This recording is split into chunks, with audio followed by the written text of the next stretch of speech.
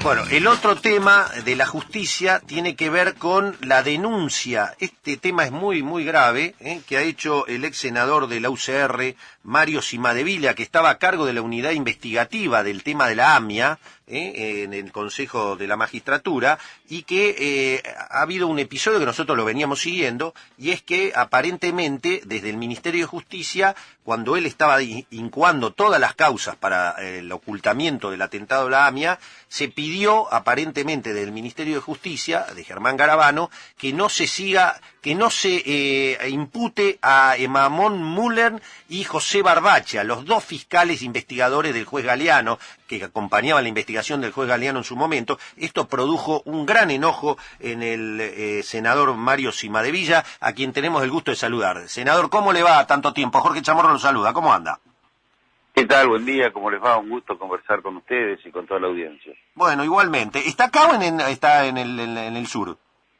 No, anoche llegué a mi provincia, estoy en Chubut. Claro, porque ayer presentó la denuncia, ¿no?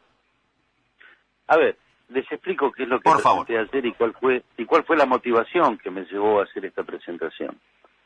Ustedes recién decían en la introducción de esta nota que en los alegatos, en el juicio donde se investiga la responsabilidad de quienes investigaron el atentado, del juez Galeano, sus secretarios, el propio presidente Menem en ese momento, Anzo Rey, jefe de la CIDE, y los fiscales Müller y Barbaquia, los primeros días de febrero había que hacer los alegatos. Expliquémosle a la gente que los alegatos son las audiencias donde las partes van a sostener la culpabilidad o no de las personas imputadas. En la unidad nosotros entendíamos que, analizados los hechos del expediente y las pruebas que se habían producido, debíamos sostener la acusación de los fiscales Müller y Barbaquia.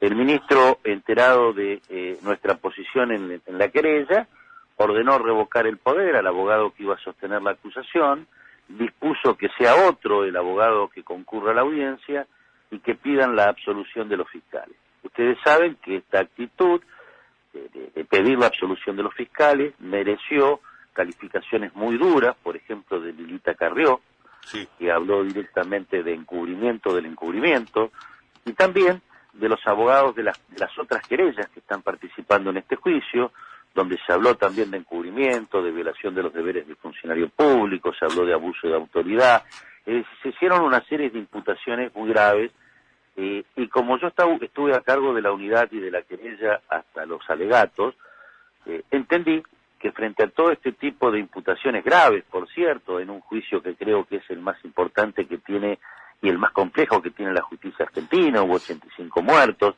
estamos hablando del atentado terrorista más grande que ha sufrido el país, entendí que frente a todo este tipo de imputaciones debía presentarme yo ante la justicia en primer lugar y pedir al juez que le toque la causa, dígame, investíguese primero a Mario Cimadevilla, a ver si Mario Cimadevilla incurrió en alguna de todas estas conductas que se están diciendo. Sí. Y allí en el relato que yo hago de los hechos, obviamente aparecen otras figuras del ministerio, el ministro, sus colaboradores, que tuvieron participación en la saga de todos estos acontecimientos, y que se nos investiga a todos, a ver si hemos cometido o no algún tipo de delito.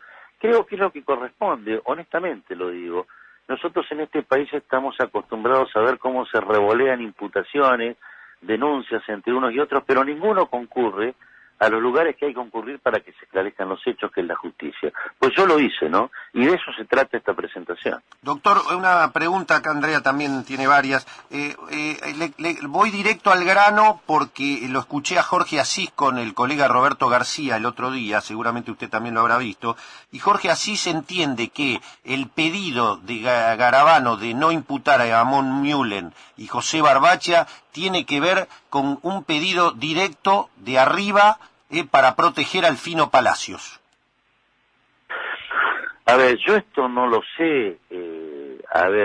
Cuando se habla de arriba no sé tampoco a quién se refiere. A Macri, a Mauricio Macri. Eso lo dijo Jorge Asís.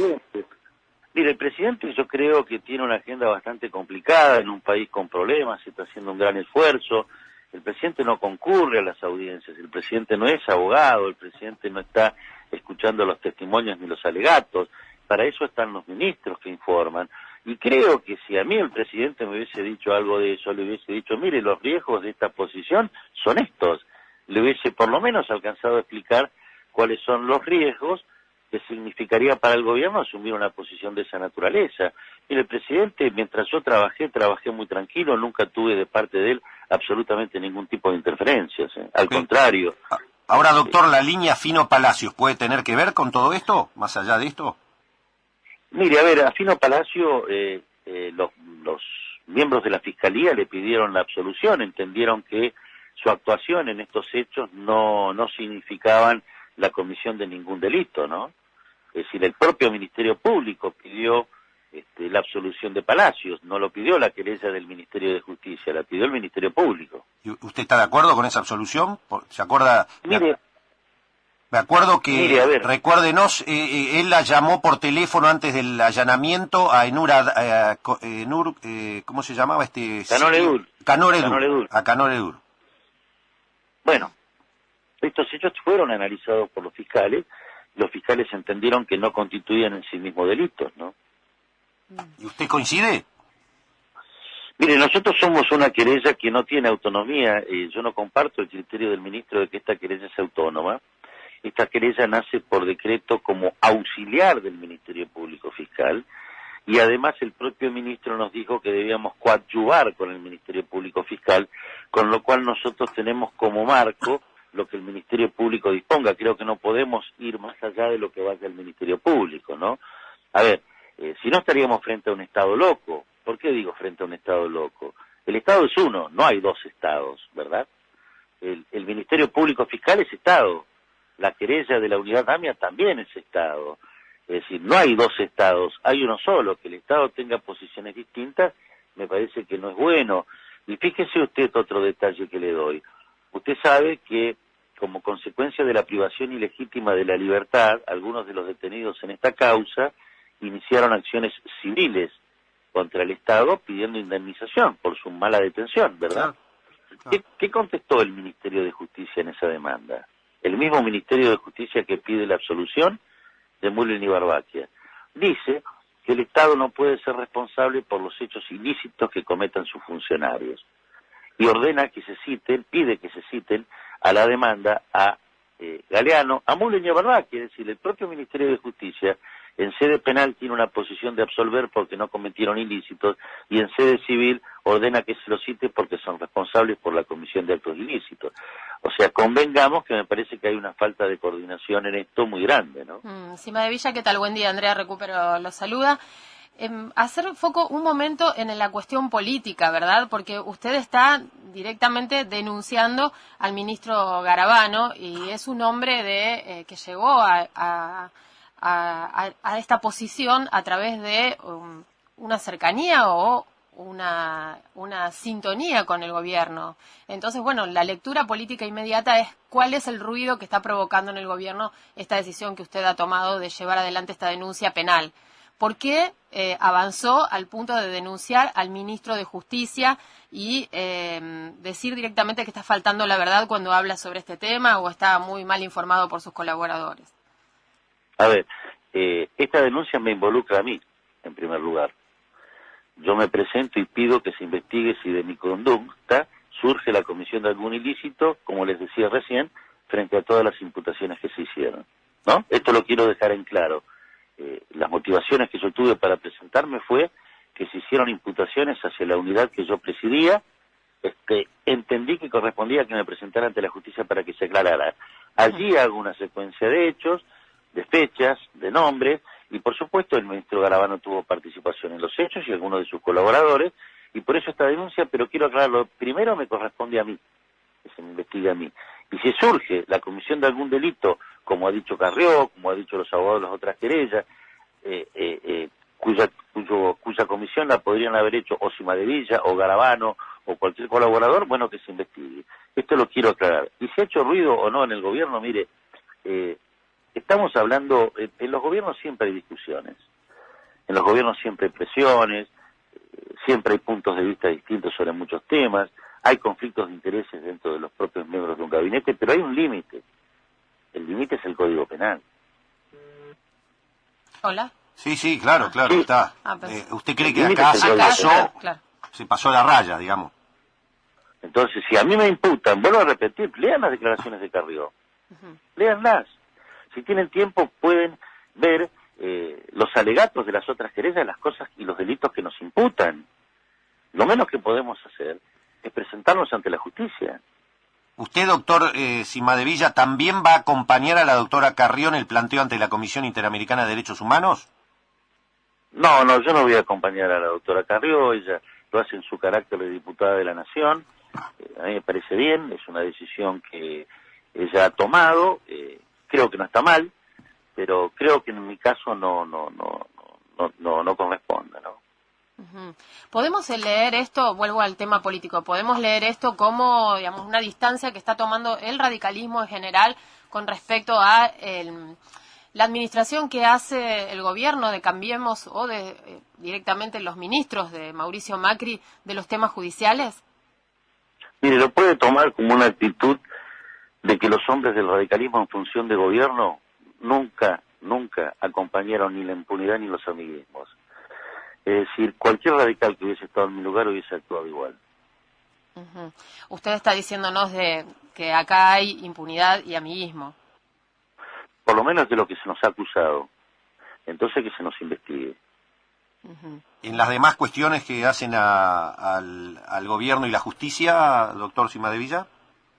No, mire, somos partidos distintos, que a veces tenemos visiones distintas sobre los mismos hechos, ¿verdad? Esto no lo dice Cimadevilla, lo han dicho las autoridades de mi partido, lo han dicho los presidentes de nuestros bloques. No siempre tenemos la misma visión sobre los problemas. Hay también una manifestación del radicalismo orgánico, digamos, de su conducción, en que muchas de las decisiones que se toman en el gobierno nosotros nos enteramos por los diarios. Esto no lo dice Cimadevilla, esto es algo que lo vienen diciendo las autoridades de mi partido hace ya un tiempo, que ustedes los periodistas lo comentan. Creo que Cambiemos es una herramienta útil, esto lo digo convencido, es una herramienta útil para seguir peleando el poder en la Argentina, pero que probablemente habrá que consolidarlo teniendo otras actitudes quienes son sus integrantes, ¿no? El tema, por ejemplo, en el tema de las prisiones preventivas bajo la doctrina Irursun, ¿usted la comparte? Mire, es un tema jurídico más que político, ¿no?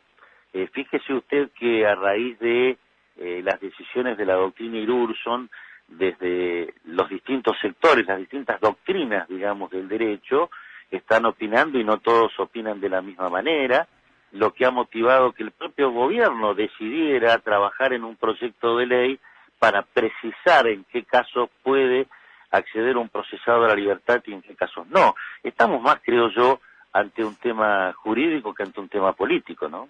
Y el ruido que hay ahora en derredor a la liberación de Cristóbal López, la Corte manda a investigar las escuchas, cómo se filtran las escuchas de Cristina Fernández de Kirchner y Parrilli, el freno que le puso la Corte Suprema a los traslados de jueces de una competencia a otra, que señaló que primero tiene que haber acuerdo del Senado, después tiene que el presidente proponerlo, tiene que votarse. Todo esto, ¿cómo lo está viendo, doctor?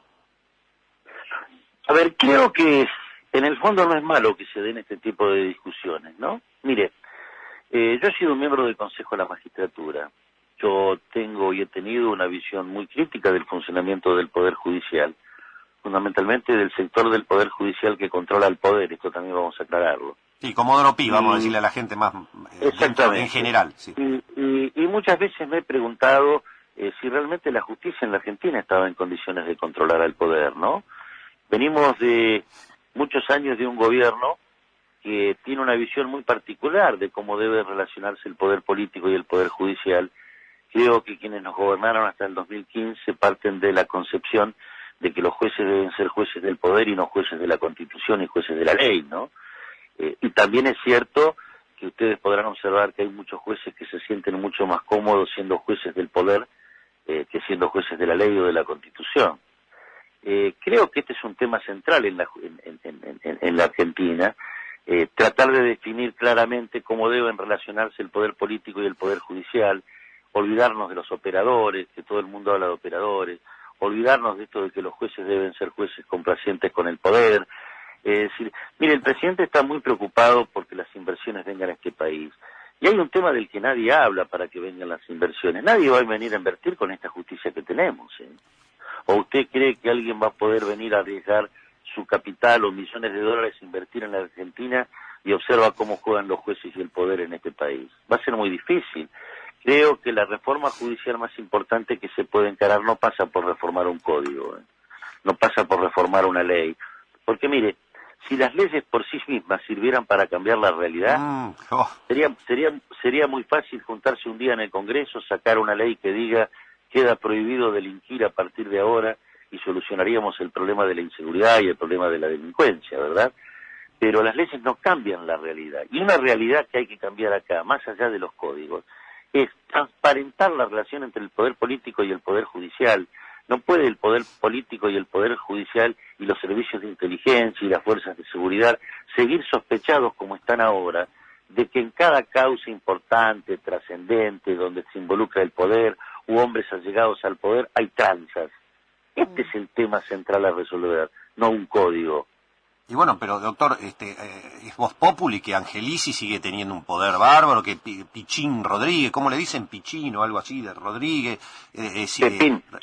Sí, Rodríguez Simón, ¿no? Se llama. Sí. Hay un montón de operadores, como antes el kirchnerismo tenía ahí a Fernández y no sé cuál otro.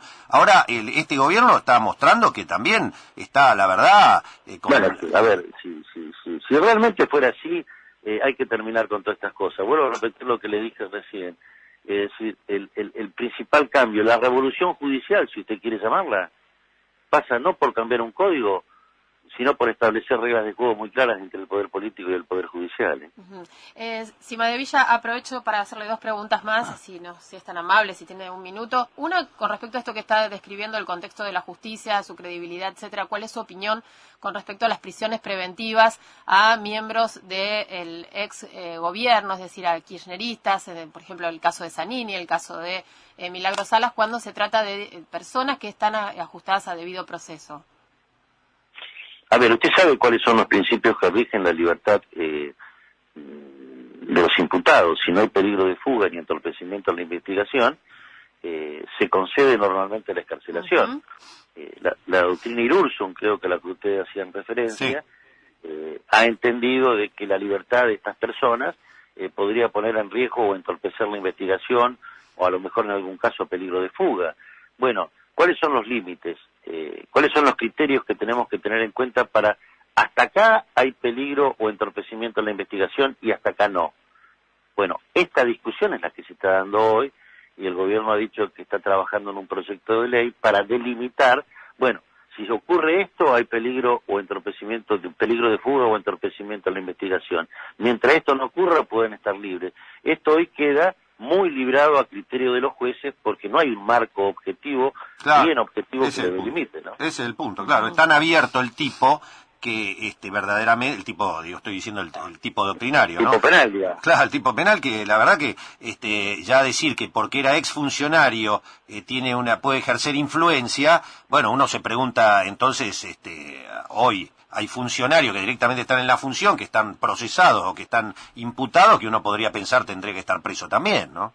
Hay que tener cuidado. Por eso digo, por eso creo que el gobierno no ha sido indiferente, por lo menos está trabajando en un proyecto de ley para reglamentarlo, ¿no? Bueno, y la otra pregunta es con respecto, lo llevo otra vez al tema AMIA, con respecto a los fiscales, a los que Mullen y Barbaquia. Había prueba en contra, ¿no?, verdad, de ellos. ¿Por qué buscaría el gobierno su absolución? ¿Cuál es su hipótesis? Mire, no lo termino de entender, es decir, la excusa que dio el ministro fue que había uno de los abogados, de los 11 que tenía la querella, que decía que había que pedir la absolución. Ese abogado, el doctor Consoli, hasta no mucho tiempo atrás también sostenía que había que acusar. El doctor Consoli es el presidente del Tribunal de Disciplina de Boca Juniors, ¿no? Ustedes recién hablaban a lo mejor de algún tipo de injerencia de operadores o de influencia. De Angelici, concretamente. Bueno, yo no lo sé, digamos, pero sí llama la atención su cambio de actitud en los últimos días, ¿no? Se entiende. ¿Y cómo acciona? Porque hay hoy bastante escrito en algunos diarios sobre su presentación judicial, su denuncia penal. ¿Cómo era la operatoria, digamos, de Garabano hacia adentro de esta investigación y la influencia que ejercía en su trabajo? A ver, mire, esto también fue público, ustedes lo deben conocer. Lógico, pero para nuestros oyentes. Durante el año pasado, para marzo, abril, no recuerdo bien la fecha, hubo algunos episodios en la querella donde un abogado designado por Garabano, el doctor Inchausti, se presentaba ante los abogados de la querella, concretamente ante la doctora Stillman, que había sido la abogada que propuso Carrió para manejar la querella, diciéndole que, bueno, primero que él era el ministro, que no había que preguntar, que no había que ser tan inquisidor. Esto motivó, vuelvo a repetir, el año pasado la renuncia de la doctora Stillman, y que la doctora Carrió ya en ese momento denunciara al ministro por encubrimiento ante la Oficina Anticorrupción, ¿no? Es decir, es un episodio que tiene ya su largo tiempo. Nosotros vinimos trabajando igual en la querella, pero bueno, el desenlace final lo tuvo en las audiencias del 9 de febrero, ¿no? Bien, para liberarlo y cerrar el tema, usted lo dijo, es uno de el juicio tal vez más importante. Hola, doctor. Sí, lo escucho. Ah, perfecto, no, pensamos que se había cortado. Usted dijo es el juicio tal vez más importante que tiene que ver con el Estado de la historia argentina, y no tenemos claro, entonces, se está realizando el tribunal está haciendo el juicio oral por el encubrimiento, pero todavía no sabemos nada, verdaderamente a tantos años no queda claro. ¿Usted pudo llegar a alguna conclusión de si efectivamente, si desde el presidente Menem, Beraja, Corach, Galeano, el juez, toda esta gente verdaderamente encubrió y por qué? A ver, los abogados que trabajaron en la querella de la unidad entendía de que había responsabilidad de las personas que usted nombró en que la investigación se hubiese frustrado, ¿no? ¿Por qué hay alguna idea de por qué ese modus operandi? Bueno, allí durante el proceso, a juicio de los abogados de la unidad AMIA, quedó probado los cargos que se le hacían tanto a Galeano como a Menem como a los fiscales: privación ilegítima de la libertad, peculado, cohecho, coacción. Estos son los delitos que se investigaban. A juicio de los abogados de la unidad, estos delitos se habrían tipificado en las conductas investigadas, salvo para el ministro Garabano, que entendía que para los fiscales no. Bien, bien. Y lo último, como hombre histórico del radicalismo, uno puede inferir por algunos hechos últimos que está notando, inclusive la reunión llamativa del presidente del partido, Cornejo, en Mendoza, donde ahí todos los simpatizantes radicales cantando el llamado hit del verano contra el presidente de la República, Alfonsín que está hablando con otros sectores. ¿Se puede decir de que puede empezar a haber disidencias fuertes dentro de Cambiemos entre el radicalismo y el PRO? A ver, dos cosas en este tema. En primer lugar, el radicalismo orgánicamente ha ratificado su pertenencia a Cambiemos y la necesidad de fortalecer Cambiemos. Pero también el radicalismo dice que se trata de partidos distintos los que configuran Cambiemos. También el radicalismo orgánicamente ha expresado su queja porque muchas de las decisiones que se toman en el gobierno se las entera por los diarios o no son compartidas. Somos partidos distintos, a veces tenemos criterios y opiniones distintas sobre un mismo tema, y esto es normal que suceda en fuerzas políticas que tienen una historia totalmente diferente. Pero bueno, creo que sí es el momento de comenzar a reflexionar de qué manera se pueden superar diferencias y de qué manera se pueden coordinar las acciones de todos los partidos que integran Cambiemos. Ustedes hablan del radicalismo, pero no se olviden que la doctora Carrió, que también integra Cambiemos, por ejemplo, ha avanzado mucho más allá, ha hecho denuncias a funcionarios de este gobierno, ¿no? Ha sido muy crítica en muchas de las posturas que ha tomado este gobierno. Por eso digo, se trata frente a partidos distintos que sostienen a veces frente a un mismo tema posturas diferentes, ¿no? ¿Usted tiene temor por haber hecho esta denuncia? ¿Ha sufrido presiones en los últimos días? No, mire, yo tengo tranquilidad. A ver, vuelvo a repetir, ha habido imputaciones muy serias sobre la actuación de la unidad. Se habló de encubrimiento, se habló de violación de los deberes de funcionarios públicos, se habló de abuso de autoridad. Lo menos que podemos hacer, por lo menos desde mi punto de vista, es frente a todo este tipo de cargos que se ha hecho, es presentarnos ante la justicia y decirle, mire, de nosotros se ha dicho todas estas cosas, investíguennos. Creo que es lo que corresponde. Vuelvo a repetir, recién lo decía ustedes o otro colega de ustedes que me llamó, en este país estamos acostumbrados a que se revolean denuncias por todos lados todos se hacen los distraídos y ninguno concurre donde hay que concurrir para que se aclaren, que es la justicia. Clarísimo. Doctor Cimadevilla, como siempre, un gusto. Le mando un abrazo. Gracias por habernos atendido. Un abrazo, hasta luego.